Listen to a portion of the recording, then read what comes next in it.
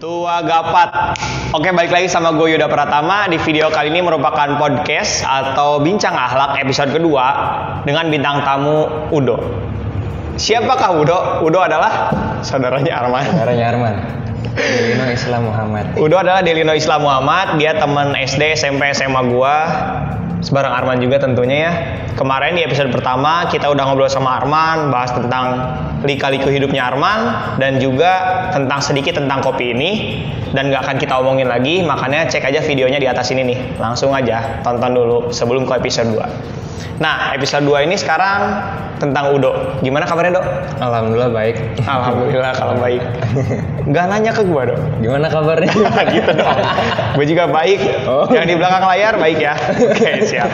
Teman-teman semua baik? Iya. Kok kayak jadi MC ya? Oke, nah, Dok. Gue juga sama nih, Dok. Sama kemarin kan gue udah nanya-nanya tentang Arman, kehidupan Arman kayak gimana perjalanannya. Gue juga mau nanya nih ke lu.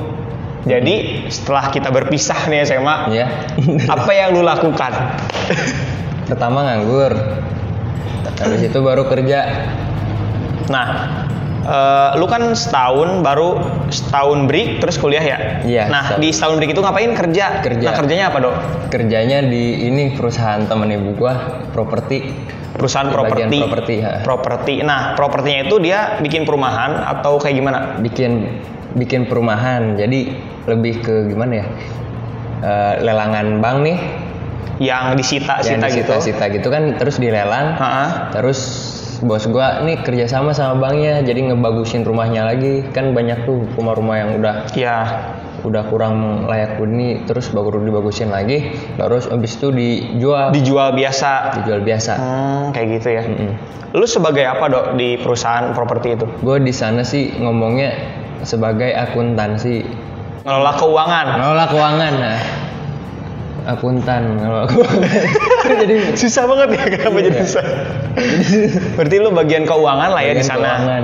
Terus kenapa lu ditunjuk jadi bagian keuangan, Dok?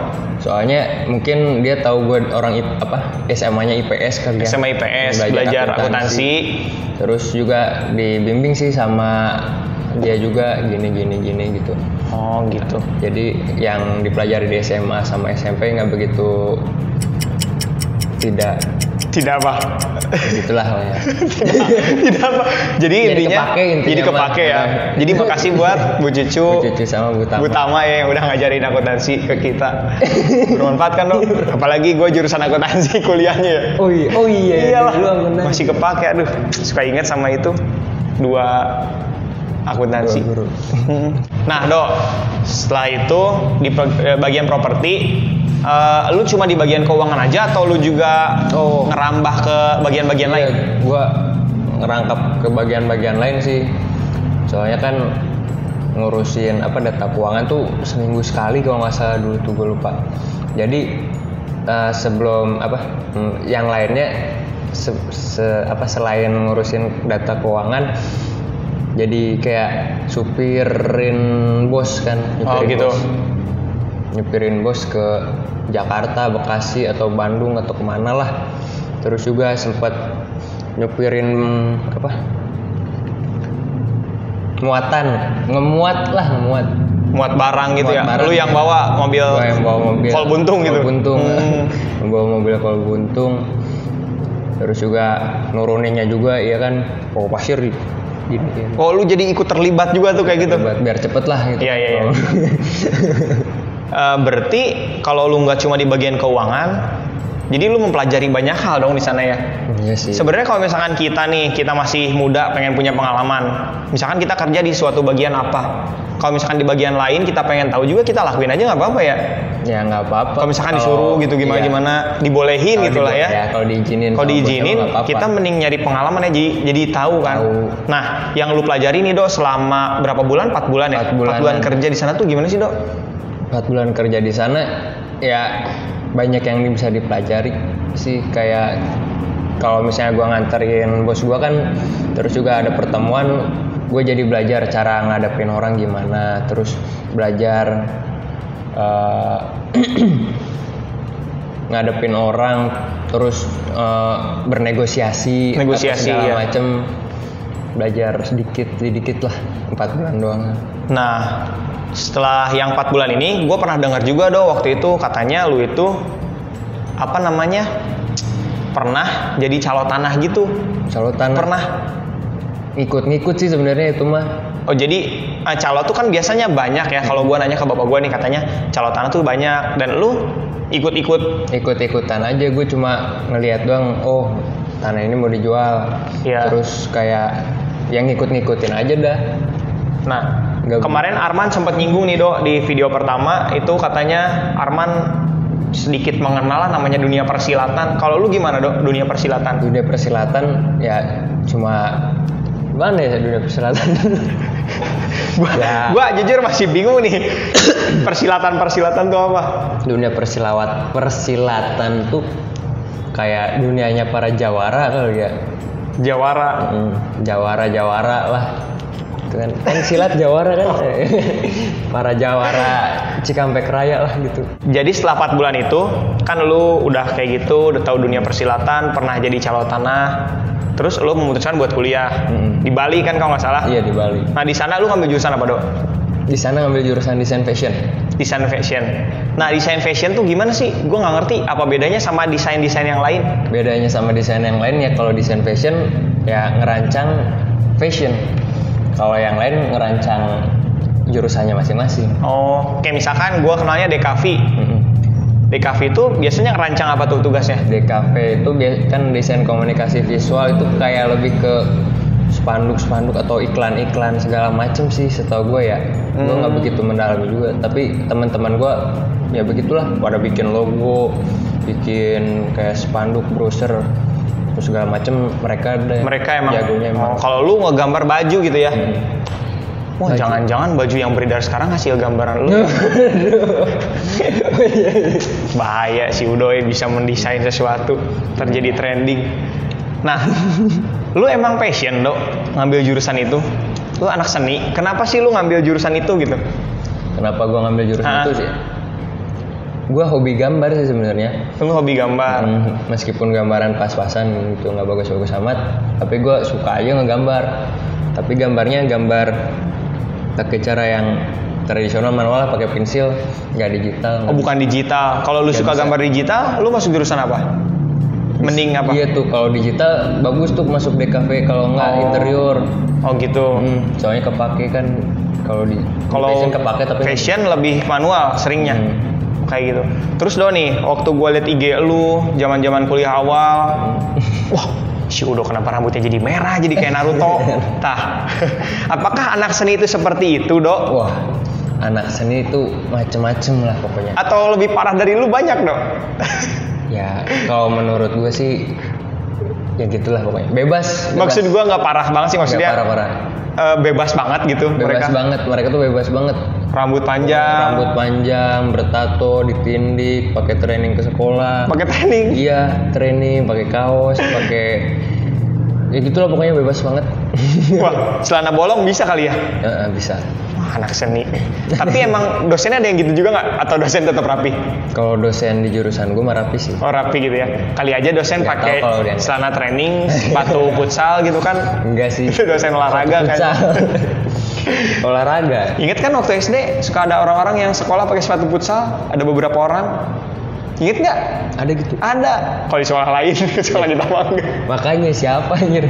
Sekolah kita mah nggak boleh lah. Suka jadi dibikin meme-meme gitu lah. Nggak ngerti gue juga. Sepatu futsal. Lu berarti karena passion ke sana. Terus lu kan passion di sana. Tapi gue dengar kabar lu keluar kan, kayak Arman juga gitu. Kalau Arman mungkin gue ingat pas pertama dia milih jurusan itu, dia nggak begitu minat lah sama jurusan itu gitu. Kalau lu kan passion nih, kenapa lu memutuskan berhenti? Soalnya parah, gue di sana tuh parah banget, gitu kan, maksudnya banyak pelajaran yang ulang. Banyak matkul yang ulang berarti lu? Iya, matkul yang ulang. Matkul ngulang tuh semester 2 gue cuma lulus 1 mata kuliah. Itu pun gara-gara dosennya baik gitu kan. Oh gitu semester, ya? Semester 3 gak ada yang lulus, wah kacau banget. Gue parah lah pokoknya, gak bisa ngatur waktu sama segala macem. Nah, Dok, lu kan itu di Bali ya. Itu memang Bali itu seperti itu, menyenangkan untuk bermain atau gimana sampai lu melalaikan tanggung jawab lu gitu? Iya sih bener. Gimana ya, keasikan main sih, emang tempatnya emang enak buat main kan, jadi lupa segalanya lah ya, sampai lupa tanggung jawab gue sebagai mahasiswa ya. Main we terus gue. Kan lu merasa ya, maksudnya lu melalaikan tanggung jawab lu sebagai mahasiswa. Nah gimana sih saran atau tips buat teman-teman yang ikut ngerantau, bukan ikut ngerantau, dia tuh ngerantau juga gitu, terus supaya enggak kayak lu gimana? Ya kalau menurut gue sih jaga diri aja sih, jaga diri. Jadi kita jangan lupa tanggung jawab kita sebagai mahasiswa kan. Kalau ngerantaunya kerja jangan lupa kewajiban sebagai pekerja. Itu aja, jangan keasikan main, jangan kebanyakan main. Main boleh tapi kalau ada waktunya gitu kan. Tapi kalau kata gue sih gitu. Emang Bali tuh tempat yang menyenangkan ya Do ya? Asik ya. Ajak dong ke Bali Do. Nanti gue ajak deh. Banyak temen lu di sana? Banyak. Masih suka komunikasi nggak? Masih aja. Ada aja komunikasi mah. Nih Do, waktu lu memutuskan untuk keluar kuliah, gimana reaksi orang terdekat lu? Orang tua lah pertama. Reaksi orang tua gue kan, reaksi gue ngebebasin gue sih, maksudnya ya udahlah kalau mau keluar aja gitu. Takutnya kenapa? Lagian kan dia nggak begitu tahu juga gue di mana di sana. Takut mungkin dia mikirnya wah udah mungkin nggak bener nih atau gimana mau keluar. Ya gitu sih. Lu bilang alasan lu gimana? Nggak betah kah?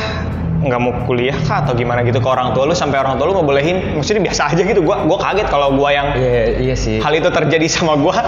Waduh, digantung gua sama papa. Sebenarnya gua ngomong, Bu, udah mau berhenti kuliah. Belum ngasih alasan sih sebenarnya. Oh ya udah, kalau mau berhenti mah nggak apa-apa. Oh gitu ya. Iya, maksudnya dia nggak memaksa lu lah mungkin ya. Jadi juga sebelumnya emang khawatir sih anaknya masuk fashion, cowok kan. Oh banyaknya cewek. Banyak cewek. Oh lu mau nyari cewek ya? Sekalinya cewek pasti belok gitu. Iya kan, belok tuh gimana? Tulang lunak. Gak paham. Hai gitu, maksudnya gimana sih? Oh kalau cowok banyaknya gitu. Iya. Oh. Terus ibu gua kan takut juga kan, sebelumnya juga ngomong-ngomong. Sebelum gua masuk emang banyak ngomong sih. Awas hati-hati ya di sana. Jangan gitu. Jangan ngondek gitu ya. Jangan jadi cewek. Akhirnya ya mungkin dia takut itu juga gua di fashion. Jauh juga di Bali, mungkin khawatir, ya udahlah gitu. Kan. Ya udahlah, nggak apa-apa. Gitu sih. Udah. Nggak ada apa lagi. Udah nggak apa-apa. Sayang sekali dong. Terus kemarin yang cerita dari Arman di podcast pertama, dia bilang kalau dia juga belajar kopi. Terus intinya Udo tuh ngikutin Arman kemanapun pergi ya. Iya benar juga. Gitu ya. Kemana-mana ya. Iya pokoknya gitulah. Jadi Arman ke Karawang, gue ngikut Karawang. Ya. Sempat belajar di Karawang Ngopilur, terus ke 0 derajat. Terus kan awalnya berdiri ini tuh kata Arman kemarin kan bilangnya dari kerjasama kan sama 0 derajat. Nah sebenarnya gue pengen nanya nih, hubungan lu sama pihak 0 derajat tuh gimana sih? Kemarin kan Arman bilang pemiliknya ada 4 ya, kalau nggak salah. Arman bilang ada 4. Terus hubungan ini tuh apa? Dan lu tuh sebagai apa di sini? Gua sebagai yang kerja, gua mah. Lu hitungannya yang kerja? Gua kerja. Yang punya 4. Yang punya 4. Arman, Om Apris yang punya 0 derajat. Om Apris, Om Kamal koperasi, ya. Om Bom orang Kujang. Oh gitu, itu pemilik. Berarti kalau ada keuntungan bagi hasil ke-4 mereka ini. Sesuai modalnya masing-masing meren ya? Iya. Oke gitu. Bagi hasil mereka mah ya gua nggak ikut campur. Iya. Gitu. Oh, lu juga kan kata Arman sebagai pengelola keuangan di Kayu Putih. Nah, lu ngelolanya sampai mana nih keuangannya? Cuma transaksi harian sih, kayak misalnya belanja hari ini apa, terus hari ini dapat berapa, harian, penghasilan berapa, pengeluaran berapa gitu aja ya, sederhana itu ya. Sederhana. Berdasarkan kas gitu. Lu nyetor uang ke bank gitu-gitu nggak? Enggak. Oh. Jadi biasanya suka ada lah kalau nggak Om Apris, Pak Kamal, kalau nggak Om Bom datang ke sini mau buat nyetor buat apa? hasil keuntungan. Oh, nanti urusan mereka yang Urusan masukin ke mereka rekening. di situ. Oh, gitu. Dia cuma ngatur yang ini dah, uang di bawah bar. Nah, Dok, menurut lu nih, hubungan kerjasama ini menguntungkan bagi lu atau enggak sih? Karena kan kadang kalau kerjasama gini, lu jadi terpaksa harus bagi hasil kan ibaratnya. Kalau menurut lu plus minusnya apa nih? Ya plus minusnya, dari minusnya itu kan harus bagi hasil. Bagi hasil. Tapi ya bagus minusnya. juga sih. Kan kita harus berbagi sama-sama. Oh gitu ya, bisnis bareng-bareng ya. Bisnis Kok gak ngajak gua, Dok? Ngomongnya ke Arman. Arman juga gak ngajak lu. Lu sebagai bawahan Arman, Dok, di sini. Gue bawahan Arman di sini. Lu jangan mau, Arman Dok. ke Pabar, gue kan di sini nyatut. Nih, Dok. Suatu saat nanti lu harus berkhianat sama Arman, Dok. Nanti pasti saya akan Ya, berkhianat. lu jangan mau, Dok. Arman sebagai pemilik, lu di sini pegawai, lu ciptakan kayu hitam di sebelah sana atau apa kek?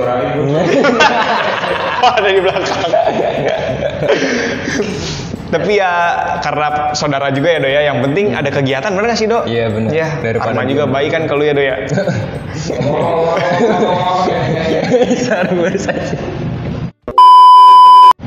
Hubungan bisnis menguntungkan ya karena modal juga kan dibagi-bagi ya, jadi lu nggak inilah ya, nggak harus Nggak berat modal tuh. gede kayak gitu kan. Proses bisnisnya ini lu ngambil bahan baku mesin-mesin kayak gini dari mana, Dok? Nah itu dah, mesin dari Om Apris, alat-alat banyak dari Arman. Sebenarnya untungnya lu belajar ke mereka yang udah terjun duluan tuh gitu ya. Jadi lu Kita kalau belanja barang itu kayak gitu dari Tahu dari mereka dah. dari mereka ya? Jadi udah enak lah. Nih kalau mau belanja susu atau gula atau apa Kesini. belanja es kesini, kita udah tahu, nggak usah nyari-nyari lagi. Enak ya kayak gitu ya. Enak. Kalau misalkan dari awal kan capek nyari-nyarinya, Dok.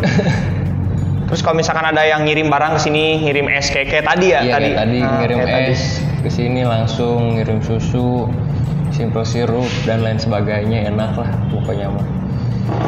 Nah, oh iya, Dok. Nih, lu ketika kan lu bagian keuangan nih, lu pasti ngerti banget. Kalau gua nanya Arman suka, gua nggak ngerti itu, serahin ke Udo. Nah, sehari-hari kan lu nyatet pengeluaran dan pemasukan. Itu tuh gimana sih, Dok, trennya selama 2 bulan berdirinya Kayu Putih? Tren, bukan trending maksudnya. Tren apa namanya? Pemasukannya itu naik turun atau fluktuatif atau gimana gitu-gitunya? Kapan rame, kapan sepi gitu-gitunya, Dok? Oh iya, kalau sepi rame pasti ada ya. Iya. Tapi biasanya Senin sampai Jumat ya weekday gitu biasanya lebih Senin sepi. sampai Kamis, Jumat. Sampai Kamis ya, iya. Sampai Senin Kamis. sampai Kamis biasanya lebih sepi. Sisanya lebih rame, mungkin orang-orang mau nongkrong kali ya. Iya, Jumat Sabtu Minggu kali udah libur ya, agak-agak libur enak. Nah, terus juga kalau tanggal tua nentuin juga. Tanggal tua ya mungkin nentuin juga. Soalnya kan mungkin orang-orang juga, waduh nggak ada duit, mending buat beli makan kan daripada ngopi kan. Daripada ngopi ya? Iya. Ya udah jangan pada ngopi ya. Jangan pada ngopi selain di Kayu Putih, bener gak, Dok? Oh, iya, bener. Bener, kayak gitu ya. Terus juga kalau misalnya ada kedai baru buka tuh biasanya penjualan turun. Oh, pernah ada kayak gitu, kedai baru buka? Ya mungkin orang mau penasaran kan sama kedai yang barunya. Tapi setelah itu jalan berapa minggu ya Normal lagi sih. Oh, gitu ya, emang kalau penasaran baru-baru gitu ya? Iya, orang. Jangan-jangan selama ini orang-orang yang datang ke Kayu Putih penasaran? Penasaran semua, banyak banget orang. Enggak ya. Tapi gimana, Dok? Lu udah punya pelanggan ini nggak, lo? Langganan gitu, Dok? Pelanggan-langganan, oh iya, udah ada sih, banyak. Jadi banyak yang tadinya orang lain, tapi kita sekarang udah mulai kenal sama dia karena dia sering kesini gitu ya? Iya, kenal muka, kenal nama, wah anjir. Bagus lah ya, jadi nggak cuma teman-teman aja yang datang ya? Jadi nambah relasi juga, kadang-kadang ngobrol. Bagus, Dok, harus kayak gitu, Dok, harus maju. Nah, Dok, strategi pemasarannya nih Kayu Putih punya nggak sih? Maksudnya, lu tuh supaya merangkul orang-orang supaya datang ke sini gimana? Pertama, hari pertama tuh kita ngundang-undang orang-orang yang kita kenal kan, biar kedai ini pertama kelihatan rame. Oh gitu. Ya kelihatan rame, terus orang-orang yang lewat-lewat nggak cuma lewat ngeliatin jalan doang, tapi ngeliat wah parkiran rame banget, apaan nih gitu kan. Oh kedai ternyata gitu. Pertama undang aja siapa, teman-teman, saudara semua. Pokoknya kelihatan rame. Ramein. Orang-orang tahu dulu gitu. Terus sekarang gimana, Dok? Kalau sekarang nih? Kalau sekarang ya alhamdulillah udah mulai punya ada langganan kan. Paling pemasaran paling di IG kayak gitu ya, suka upload foto kayak gitu paling ya. Aktif lagi IG-nya. Aktif lagi. Siapa tuh adminnya, Dok? Om Apris. Oh, Om Apris. Oh, kirain orang-orang sini. Pantesan bagus gitu. Kalau misalkan orang sini kan mungkin aja lebih bagus ya nggak, Dok? Iya, kayak gitu. Oke, Dok. Gua nih penasaran sih sebenarnya. Jujur gue bukan penikmat kopi. Mungkin kalian penikmat kopi atau bukan? Komen di bawah. Nah, gue tuh ngopi ya udah ngopi saset aja lah, bodo amat gitu kan. Kapal api atau apa, boleh nyebut merek ya? Ya pokoknya banyak kopi-kopi yang enak juga lah. Gue nggak begitu suka ke tempat ngopi gitu. Nah sebenarnya kopi itu kan kadang ada metodenya apa, biji kopi apa, jenisnya apa. Lu bisa jelasin nggak, Dok? Secara singkat lah ke gue nggak paham nih. Ya kalau yang gue tahu dari awalnya tuh gimana? Sama jenis-jenis jenis kopi kan. Iya. Yang gue tahu sih ada Arabica, Robusta kan. Robusta, Arabica. Terus mungkin kalau udah dikemas ada yang blend juga. Campur. Terus abis itu ya Robusta sama Arabica beda segala macam rasa, terus ketinggian tanahnya juga beda. Pokoknya beda lah. Terus setelah itu diproses kan. Iya. Proses ada yang dijemur atau apalah, terus baru habis itu disangrai atau roasting. Itu berarti urusan yang sana. Lu belinya udah langsung? Kita belinya udah kemasan kayak Iya, kayak gitu. Udah enak. Udah enak ya. Terus itu baru di sininya yang lu lakuin apa ini? Pengolahan di sini? Pengolahan di sini kita bikin kalau biji yang mana kita pakai buat espresso, base espresso, terus yang single originnya kayak yang Arabica single originnya kita bikinin manual brew. Manual. Oh jadi ada yang mesin, ada manual gitu ya? Iya. Udah metode di sini kayak gitu? Iya, manualnya juga ada 60 terus Vietnam drip apa sih? Ya kayak gitu gua nggak paham. Fresh segala macem lah pokoknya mah. Misalkan nih, Dok, dengan satu bahan yang sama nih, misalkan kopi yang sama, itu kalau pakai manual, pakai Vietnam drip atau V60 gitu, ada beda rasanya nggak sih? Biji sama, metode beda. Metode beda, biji sama. Ada aja sih, tapi nggak begitu signifikan bedanya. Soalnya kan biji yang kita pakai ini notes-nya itu juga. Maksudnya kita pakai kandungannya itu juga. Iya, misalnya kita pakai kerinci kayu aro, notes-nya coklat. Kalau misalnya kita bikin kopi pakai metode apapun, kalau rasanya coklat berarti ya bakal coklat juga. Cuma paling apa sih bedanya, Dok? Tekstur atau apa? Mungkin ke ininya kali ya. Bold atau sebel atau enggaknya ya. Yes, teksturnya berarti ya hitungannya ya. Kayak gitu. Jadi sebenarnya sama-sama aja ya. Berarti gimana biji kopinya gitu ya. Kalau misalkan nih, Dok, tadi lu bilang ada ketinggian ya bedanya. Ketinggian tanah. Nah, ketinggian tanah tuh biji kopi yang sama, kalau tinggi tanahnya beda, bisa beda rasa atau gimana maksudnya? Ketinggian tanah tuh misalkan dataran rendah, dataran tinggi, bukan sih maksudnya? Kalau kopi kan adanya di dataran tinggi aja kan ya? Tinggi. Oh iya benar. Tinggi aja ya. Jadi ketinggian berapa? Itu biji apa? Biasanya ladang kopi kan gede tuh. Biasa gitu. Nggak mungkin ada tempat ngopi apa? Pohon kopi di pantai nggak ada ya? Susah ya. Benar juga ya. Ada atau nggak tahu. Emang habitatnya ya mungkin gitu ya. Terus, Dok, yang lu rasain bedanya nih, lu kan udah ngalamin pertama jadi calo tanah, yang kedua lu udah ngalamin jadi yang properti itu kan, terus yang ketiga lu di tempat ngopi. Jujur buat lu mana tempat yang paling enak bagi lu? Tempat paling enak ya? Kerjanya enak gitu? Kerja enak sih di tempat kopi sih. Di tempat kopi? Iya. Makanya kita nggak begitu mikirin ada yang kepikiran tapi nggak begitu sampai wah anjir gimana ya gitu. Kalau yang lain kan pikiran banget. Karena kenapa tuh kalau misalkan di yang lain kepikiran? Apa ya?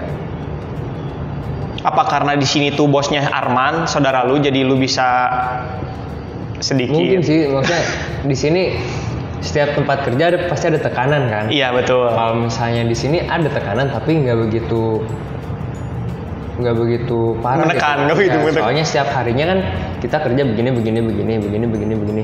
Kalau di properti kan beda ya. Berubah lagi, ketemu orang yang beda, terus menyelesaikan masalah yang beda. Iya. Negosiasi juga gitu. Kalau di sini kan nggak banyak negosiasi lah ya, cuma melayani gitu-gitu. Tapi kalau secara uang nih Dok, lu mending mana? Mending di sini sih. Di antara 3 itu. Oh, di sini juga. Berarti ini merupakan tempat terenak bagi lu ya? Iya. Enak. Berarti uangnya enak, kerjanya enak gitu ya. Bagus lah Dok kalau misalkan itu. Berarti lu betah di sini ya? Betah sih. Asik. Lu punya rencana ke depan apa Dok? Apa lu mau ngalir aja? Apa gimana? Sekarang lu kepikiran lu gitu? Yang ada di pikiran lu? Rencana ke depan gue pengen ngerantau lagi sih, Asli? Asli. Lu emang hobi ngerantau gitu? Gak tau, pengen aja gitu ngerantau bertahan hidup gitu kan sendirian tanpa orang yang dikenal gitu. Wah. Asik sih. Pengen nambah banyak temen dari luar, terus kita dapat pengalaman lain atau kita tahu adat orang sini tuh orang sebelah seperti ya. ini gitu. Gue pengen gitulah pokoknya mah, pengen ngerantau. Jadi lu masih ada rencana merantau lagi ya? Masih ada rencana ngerantau. Ke Lampung lah, kan enak. Ke Lampung banyak yang kenal ya. Oh iya. Saudara semua.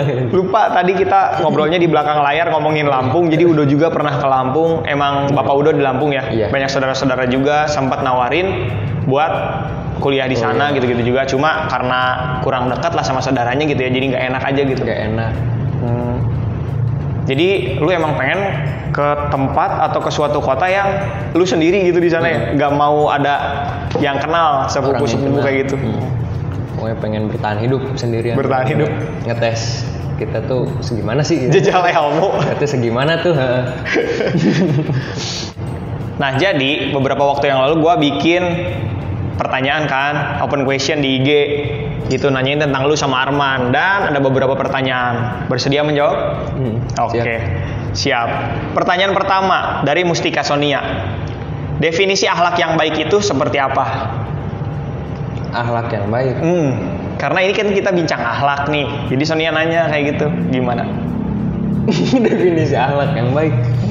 Definisi akhlak yang baik adalah akhlak yang baik merupakan semua. Anjir, nggak tahu apaan akhlak yang baik. Gini deh, gampang ya. Lu suka ketemu orang baik kan? Lu tahu kan ngebedain orang baik, orang jahat, orang gitulah. Nah, menurut lu orang yang baik tuh yang kayak gimana sih? Bagi lu deh sederhananya gimana? Sederhananya ya.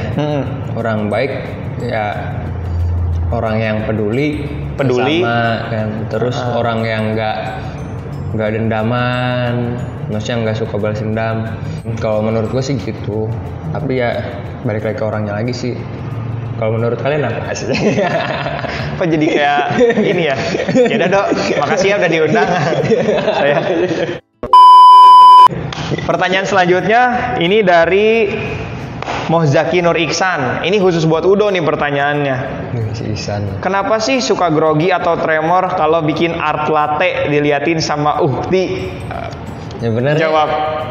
Sebenarnya kalau diliatin tuh jadi apa ya? Jadi kayak apa sih anjir diliatin gitu. Oh gitu ya. Tapi kalau misalnya nggak diliatin pasti gue gambarnya bagus banget, apalagi buat Ukti gitu kan. Oh gitu ya. Gambar apalah gitu. Lope-lope gitu ya. Lope-lope di udara gitu. Latte. Lopenya 100 biji juga bisa. Tapi bukan karena lu tremor aslinya. Atau ada emang sih tremor dikit kan. Ada. Oh gitu. Gue kira karena grogi doang gitu. Grogi ada. Oke lanjut. Pertanyaan dari Dias nih. Dias nanya, Dias Atmojo. Buat keduanya Arman Udo, siapa yang udah nggak sabar pengen nikah? Berikan alasannya. Yang nggak sabar pengen nikah kayaknya nggak ada yang. Dias belum. Kayaknya ya. Iya Dias kayaknya. Dias yang mau nikah. Si Dias. Kalau Udo gimana Dok? Belum ada yang mau nikah asli. Gue sama Arman juga suka ngobrol tentang ya gitulah pernikahan. Terus kita kayaknya masih lama sih nikahnya. Soalnya kita mikirin misalnya gue nikah, belum mikirin segalanya, ngebiayain istri, belum kalau punya anak ngebiayain anak, segala macem, sekolah segala macem.